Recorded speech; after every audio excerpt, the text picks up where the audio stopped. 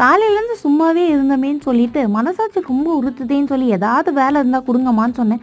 உடனே இந்தா மிளகா தனியாக காய வைங்கன்னு சொல்லிட்டாங்க. மிளகா தனியெல்லாம் எனக்கு தனியாக காய வச்ச பழக்கம் இல்லை, நீங்களும் கூட வாங்க சேர்ந்து காய வைப்போன்னு சொன்னேன். உங்ககிட்ட வேலை சொன்ன பாவத்துக்கு நானே வேலை செய்கிற மாதிரி ஆயிடுச்சுன்னு சொல்லி அவங்களே வந்து காய வைக்க ஆரம்பிச்சிட்டாங்க. எவ்வளோமா மிளகா தனியாக போட்டிங்கன்னு கேட்டேன்.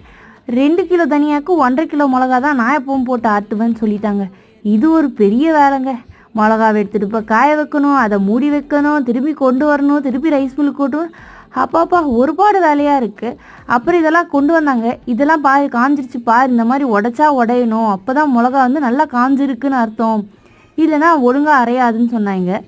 ஸோ அதுக்கப்புறம் அப்பா கிட்ட கொடுத்து சும்மாவே இருக்கீங்களே, இருந்தாங்க ரைஸ் மில்க்கு போய் அரைச்சிட்டு வாங்கன்னு சொல்லி அவரையே சேர்த்து வேலை வாங்கிட்டாங்கங்க. மிளகாத்தூள் இந்த மஞ்சத்தூளுன்ட்டு எல்லாத்தையும் அரைச்சி கொண்டு வந்துட்டாங்க எங்கள் அம்மா.